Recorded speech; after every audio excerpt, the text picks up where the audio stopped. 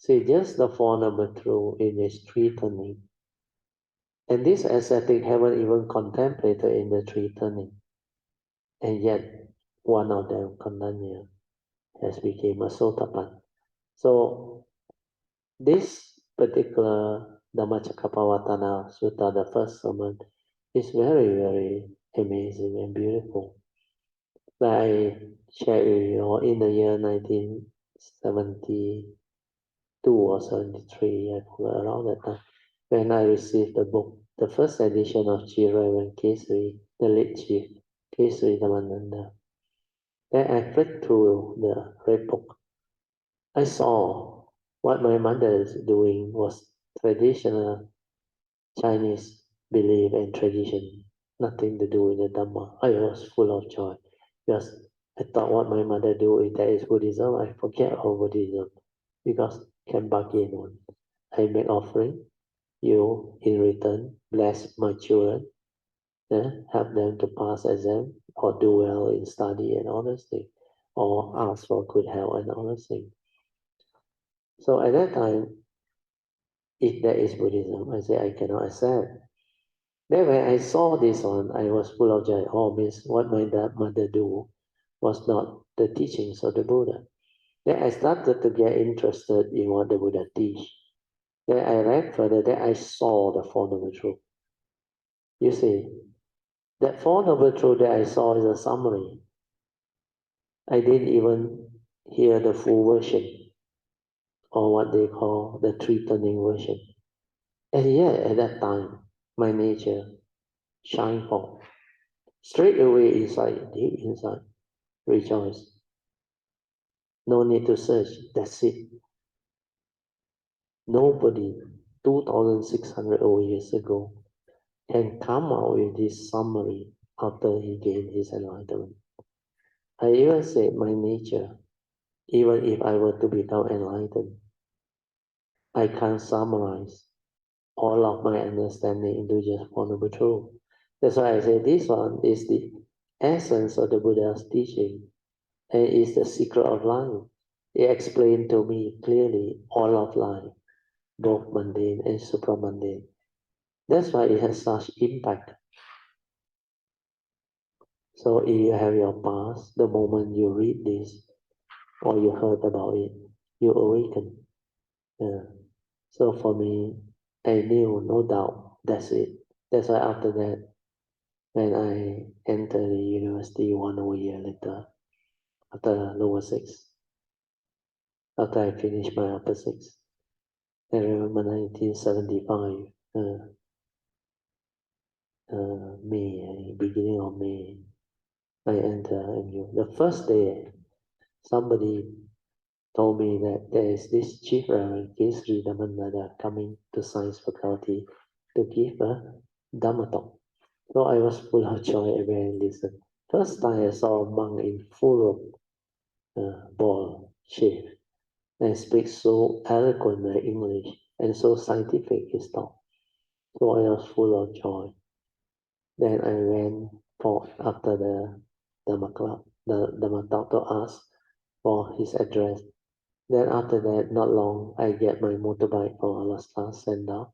So the first thing I do is to drive to Wakefield. Then the rest is history.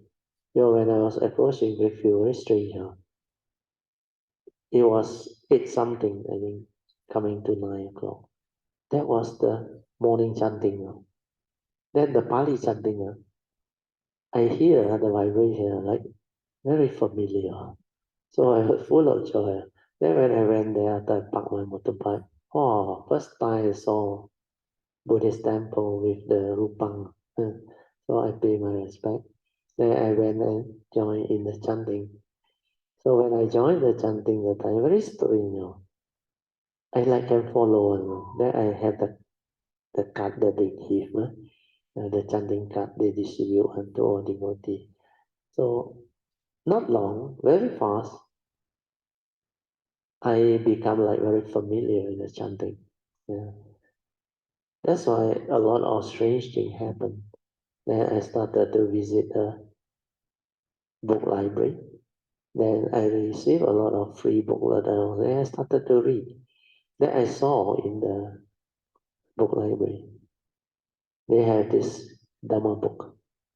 But mainly Theravada, but they were not bad.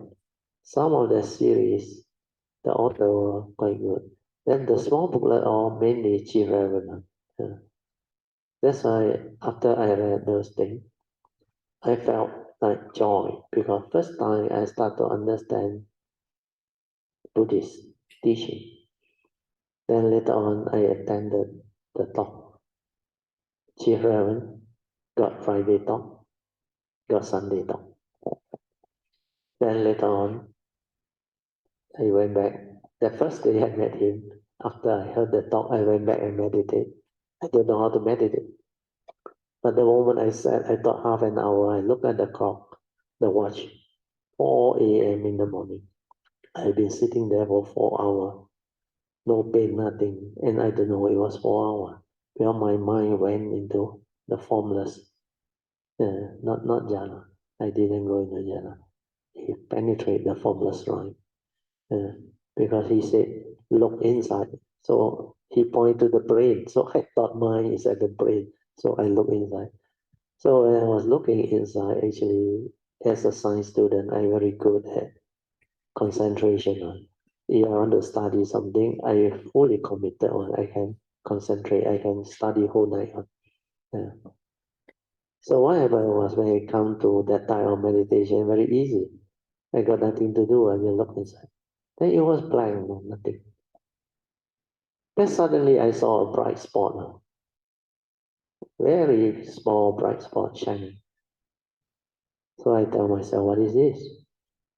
So I give it a focus now, where I can focus on. Because my mind that time I can concentrate on. So I focus on that bright spot. Then it got stuck there. Then after that I realized I might as well give it a push. No sound. Then went in. It's like a spaceship that traveling out. Very fine. Actually, that one is my mind. Into infinite space. Then after a while, it starts to withdraw. But I became so calm, so still, so tranquil. My whole formation, body and mind become like transformed. So I felt good. I felt charged. First time I experienced the type of peace. Then I tell myself, oh, this must be Buddhist meditation. So what happened was, I thought it was half an hour. I looked at the watch, 4 hours. Yeah. So I didn't know that was a formless rhyme. My mind just went in infinite space. Means the rhyme of infinite space. So when I came out, my whole mind was so calm, so still. It's not only for that night. Over the next 1 week or so, that mind was like that. I said this was meditation. Then after that, I went to Brickfield. Then I think that time Reverend Mahinda was teaching down there too. I think he was a new novice monk lord. So he taught Anapanasati as usual. So I go there, and very naturally I can do Anapanasati. Then after that I come back, I meditate regularly. Then my mind becomes so still, so calm. Then I did metta, where I received the booklet, Metta Bhavana. Then my mind like becomes so still at the center of the heart, like a steel energy. The energy is like a steel core in the center of my heart. Very still, the energy. Then I was so calm, so still, because of the anapanasati and the absorption, and also that continuous mindfulness absorption. So because of that, with the metta so strong every day, then I felt so good, full of joy, like nothing can disturb me. Even lightning strike, boom, cannot go near, cannot go in. No fear, nothing. It like reverberate. You know what is reverberate? Like outside, cannot touch the heart, cannot go in. Then I'll say, wow, this is good. So for 3-4 years, I was doing this. Then when I graduate, I didn't do already. So what happened was, when I didn't do that often, we all got career, got a plan and all things. Then I realized my mind start to have ambition. I want to be a successful engineer. Then I want to like top up my qualification credential by doing an MBA. Then I want to become a lawyer too. I want to study law to complement my understanding of the contract law of engineering contract. Then I realized, hey, that stillness gone now. Then I start to move again now. Then I got craving, I got desire. Means that type of ambition. Then I realized something is wrong. Then I remember what the Buddha said, the clear water. Then I start to understand this is a conditioned state now. When I'm no longer doing it, it's gone on now. Without that condition, it's gone on. So this one not born of wisdom now. Then I know already. Something not right. But I don't know how to proceed after that. I just let it be. Then later on, Master Xuan Hua came, 1986. Oh, 86 he came. Kuan Yin also the message came. So 86, 87, 88, before 89. The book come, the teacher come, the guide come. I met at Yantra and all my other teacher and guide. Everything fall into place. Then I developed the understanding. Then I transformed. That's why I know that it was a conditioned state. Where Ajahn Yantra told me the highest meditation, I thought something very fantastic. Then he recite very simple. No? We choose aware every action, every movement in the present moment. Huh? I said, that is the highest.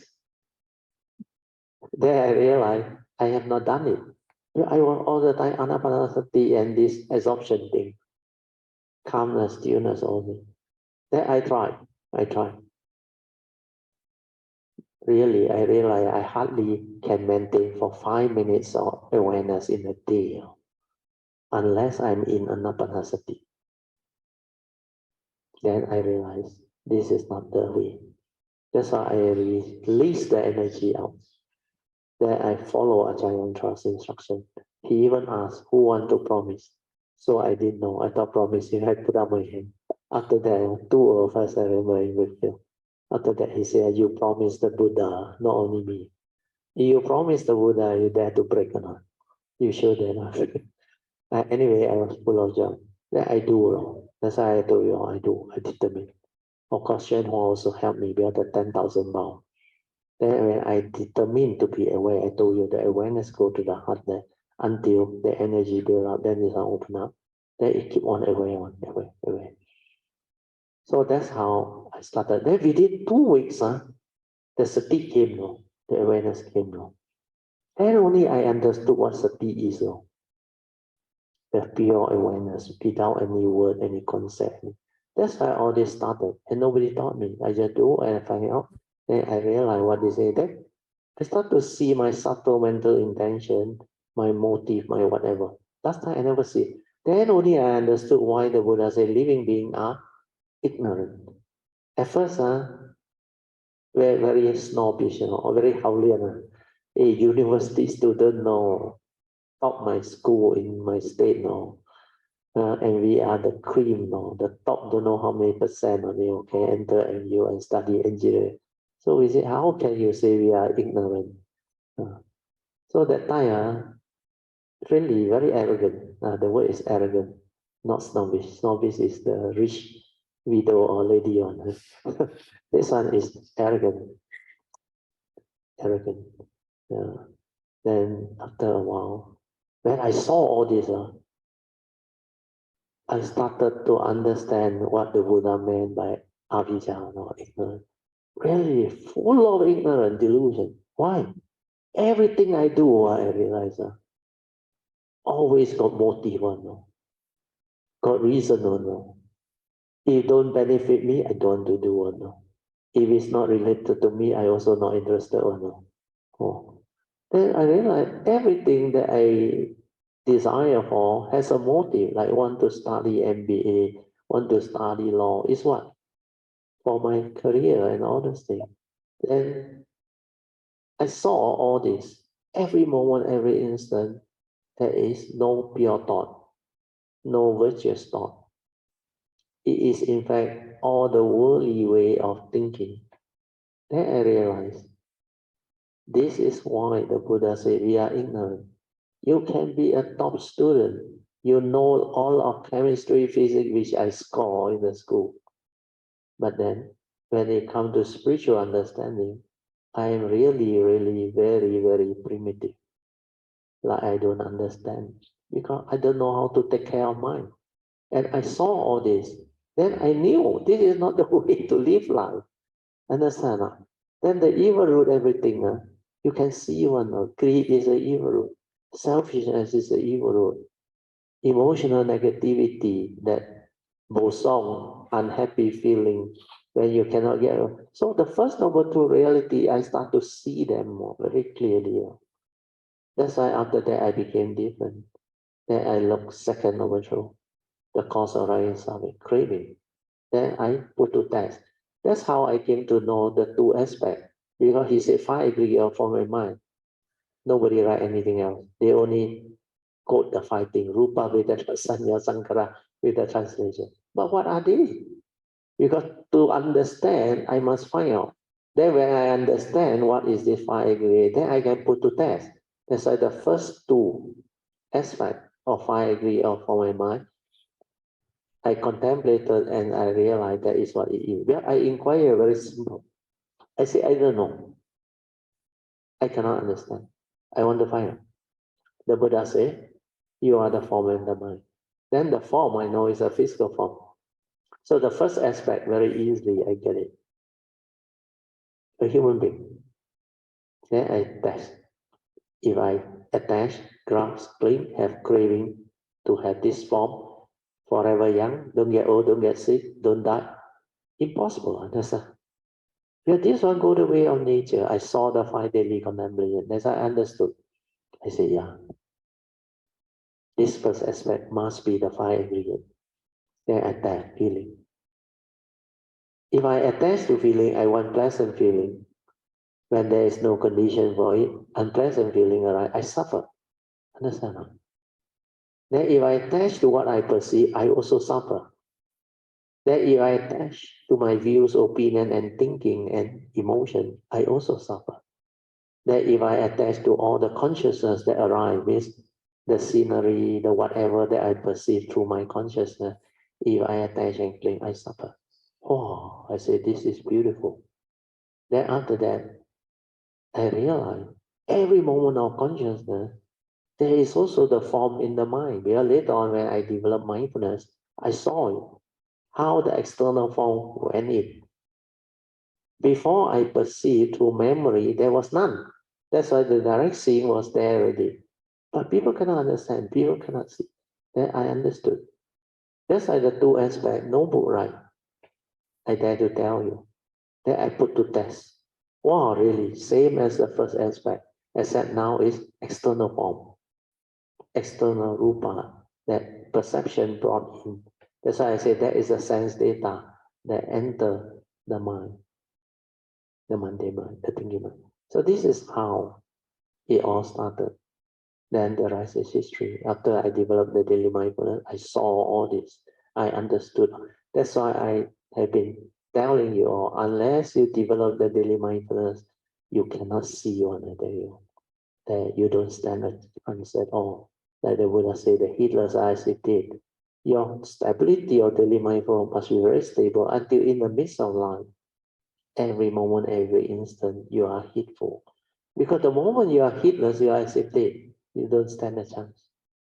So this is what the Four Noble Truth is all about. The power of the Four Noble Truth. Then the three turning is to help you to develop the 3 types of corresponding wisdom. No book write about that. Nobody tied the three turning to the three type of wisdom.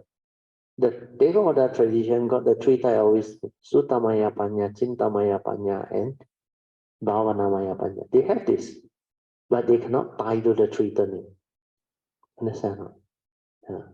So very few people can explain the three turning of the Four Vertical. So hopefully with this you understand why the Buddha teach this as the first one, the Dhammacakka. Then from here all the other essential Dhamma come about. The Noble Eightfold Path has all the essential Dhamma spin off from there, or because of the eight path factor. Okay?